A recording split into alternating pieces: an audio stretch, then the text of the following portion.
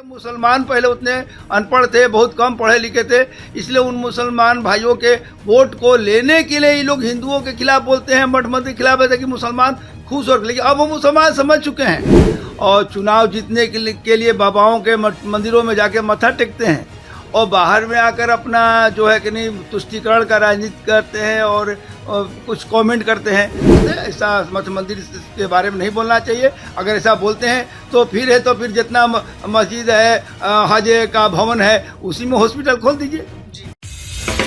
आप देख रहे हैं बिहार 24 न्यूज। नमस्कार, आप देख रहे हैं बिहार 24 न्यूज। मेरा नाम है सुमेश्वर कुमार सोनू। इन दिनों भारत में एक उत्सव की तैयारी की जा रही है।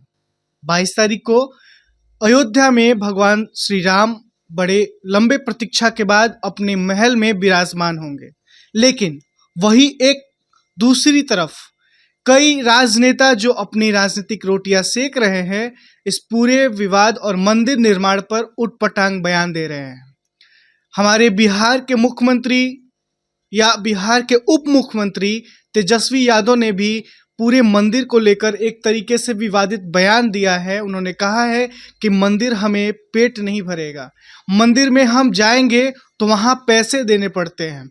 इस पूरे मुद्दे पर हमारे साथ आज बातचीत करने के लिए मौजूद है एक साधु महात्मा।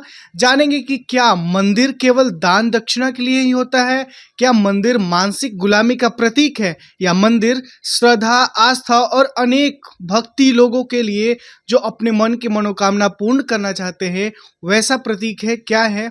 नमस्कार बाबा, आपका हमारे चैनल पे स्वागत है। आप अपना परिचय दे दीजिए। मुझे महर्षि अंजनेय जी के नाम से जाना जाता है। मैं ताराचरणी धाम शासक धर्माचार्य हूँ।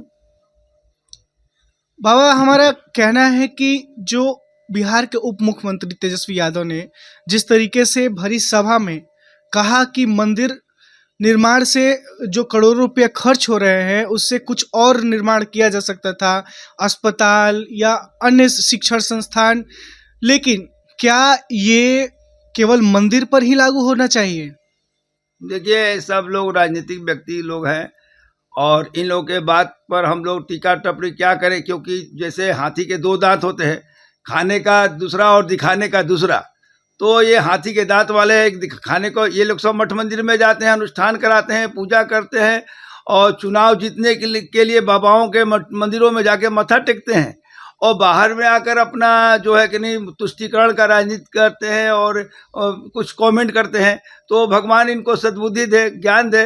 लेकिन ये जो भी ये लोग बात कहते हैं ये गलत कर, चूँकि मठ मंदिर एक ऐसा है जहाँ से आपको धर्मार्थ काम होता है, गरीबों को और गरीब लड़कियों के शादी ब्याह में और बहुत से समय पर, बाढ़ के समय में, विपत्ति के समय में। आप अभी हाल में देख लीजिए जो कोरोना आया था, इस कोरोना काल में सारे मठ मंदिर से फ्री में आपको राशन, पैकेट, खाना और हर प्रकार की सुविधाएं आपको गुरुद्वारा से आपके माध्यम से, अस्पताल की व्यवस्था, मठ मंदिरों के माध्यम, जितने संत महात्मा है आश्रम, हमारे यहाँ ताराचंडी में भी हम लोगों ने पूरा खाना का पैकेट पूरा कोरोना काल में सबको मदद किया, तेल साबुन से लेकर के और आपको उसका दवाई से लेकर के भोजन तक का वितरण किया। तो एक मठ मंदिर के पैसा कहाँ गया? जन कल्याण में गया। तो जब राष्ट्रीय संकट आता है और राष्ट्र की जो हित में बात, तो मठ मंदिर राष्ट्र की रक्षा करता है। मंदिर जो है हमारे चारों धाम है, ये चारों भारत के सीमाओं को जोड़ता है। इससे क्या होता है कि वहाँ बड़े सीमा पर हमारी जागरूकता बनी रहती है। वो हमारे धार्मिक भावना से हम वहाँ जाते हैं तो विदेशियों का आक्रमण से, उस भावना, धार्मिक भावना से हम अपनी राष्ट्र की, अपने गौरव की रक्षा के लिए हम अपने भूमि का, अपने भारत मातृभूमि की रक्षा करते हैं। तो हमारा जो मठ मंदिर है वो राष्ट्रीयता का संदेश देता है, एकता का संदेश देता है। जात पात पूछे नहीं कोई, हरि के भजे सो हरि के होई। तो इस तरह सभी भेदभाव को मिटाकर एक आस्था में और एक राष्ट्रीय एकता में और एक भाव में, एक एकता के भाव में आने का एक माध्यम बनता है। चूँकि मठ मंदिर में जो भी श्रद्धालु जाते हैं वहाँ उनसे किसी से जात नहीं पूछा जाता है और सब श्रद्धा भाव से एक साथ एक जगह बैठ के मत्था टेकते हैं और अपने भगवान से, प्रभु से सब लोग प्रार्थना करते हैं। और वही आध्यात्मिक भाव, वही धार्मिक भाव लोगों के अंदर दया, करुणा, परोपकार और सहायता की भावना को, सेवा की भावना को जागृत करती है। तो मठ मंदिर से हमें सेवा भाव का मिलता है, राष्ट्रीय एकता और राष्ट्र हित की बात है। राष्ट्रीय एकता की जो बात करते हैं बाबा, तो ये जो राजनेता हैं क्या वो राष्ट्रीय एकता के बारे में नहीं समझते हैं? क्योंकि उनका केवल सनातन पे ही निशाना हमेशा, जैसे कि पिछले दिनों आप हमारे बगल के ही जो विधायक है फतेह बहादुर, उन्होंने माँ सरस्वती और ब्रह्मा जी को लेकर जो विवादित बयान दिया, उसके बाद जाकर उप मुख्यमंत्री जो मुख्यमंत्री थी बिहार की राबड़ी देवी, पूर्व उप मुख्यमंत्री, उनके आवास पे उन्होंने पोस्टर छपवाया बाकायदा, और वहाँ पोस्टर में लिखा हुआ था कि मंदिर मानसिक गुलामी का प्रतीक है। तो क्या किसी एक धर्म को ही निशाना बनाना और तुष्टीकरण करना, क्या केवल मंदिर को तोड़कर या मंदिर का निर्माण ना करके ही अस्पताल बनाया जा सकता है, या किसी और भी धर्म स्थल पे ये अस्पताल वाला फॉर्मूला लागू होता है?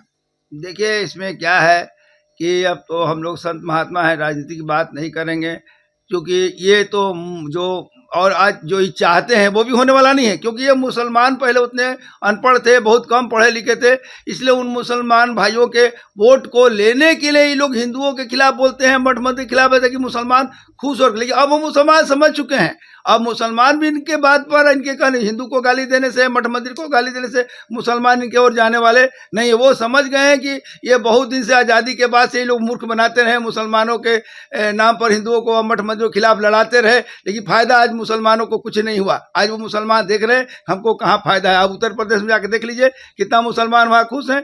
तो उसी प्रकार से, लेकिन ये लोग अभी लोग पुरानी मानसिकता से ग्रसित है कि जितने हम हिंदुओं को, अपने माँ बाप को, अपने पुरखों को, अपने दादा को गाली देंगे। अरे फतेह बहादुर सिंह अपने माँ बाप को क्यों नहीं रोकते हैं? वो क्यों मठ मंदिर में जाते हैं? फतेह बहादुर के यहाँ पूजा पाठ क्यों होता है? शादी ब्याह क्यों, कैसे हुआ था उनका शादी, किस रीति रिवाज से हुआ था? तो ये सब बहुत सी बातें हैं कि जो ये लोग, हम लोग संत महात्मा है, किसी के खिलाफ नहीं है, किसी के बड़े, लेकिन हाँ, अब राष्ट्र को बेच करके, धर्म को बेच करके, अपने पुरखों की मान्यताओं और घर की परंपराओं को बेच करके आप राजनीति करेंगे, तो कल आपको सत्ता मिल भी जाएगी तो आप कहाँ रहेंगे? आप किसके लिए सत्ता कर रहे हैं? 4 मठ मकान बना लिए, फ्लैट बना लिए, कुछ करोड़ों की संपत्ति अर्जित कर, उससे राष्ट्र का क्या हित होने वाला है? और आपका भी हित होने वाला नहीं है, क्योंकि आपकी आने वाली पीढ़ी आपको माफ नहीं करेगी। क्योंकि राष्ट्र को बेच करके, धर्म को बेच करके, अपनी सांस्कृतिक जो गौरव है, जो सांस्कृतिक परंपरा है, हमारे बाप दादा परदा पुरखों की जो मान्यता है, जो हम जिसमें आस्था रखते हैं, विश्वास रखते हैं, उस आस्था से के साथ है जो उसको बेच करके, अपने आत्मा को बेच करके और धन और सत्ता को प्राप्त करने का यह नीति अब चलने वाला नहीं है। क्योंकि अब सब समाज जागरूक हो गया, सब लोग शिक्षित हैं, नौजवान बच्चे सभी वर्गों के, सभी संप्रदाय के, सब पढ़ रहे हैं, सब जान रहे हैं, इसलिए अब इन लोगों के बाद में कोई आने वाला नहीं है। फिर भी अपना जो इनकी मानसिकता है वो आपके सामने है, ये कितने क्या इनकी भावना है, इनकी भावनाओं को देखिए। ऐसे लोगों को आप क्या कहना चाहेंगे, या अब आपकी तरफ से उन्हें चेतावनी या सीख क्या होगी? मतलब हम तो सबको अपना मानते हैं, सभी हमारे हैं, सभी सनातनी हैं, इसलिए हमें, अगर घर का बेटा अगर गलत काम करता है तो आदमी भगवान से प्रार्थना करता है, हे भगवान हमारे बच्चा को सद्बुद्धि दीजिए।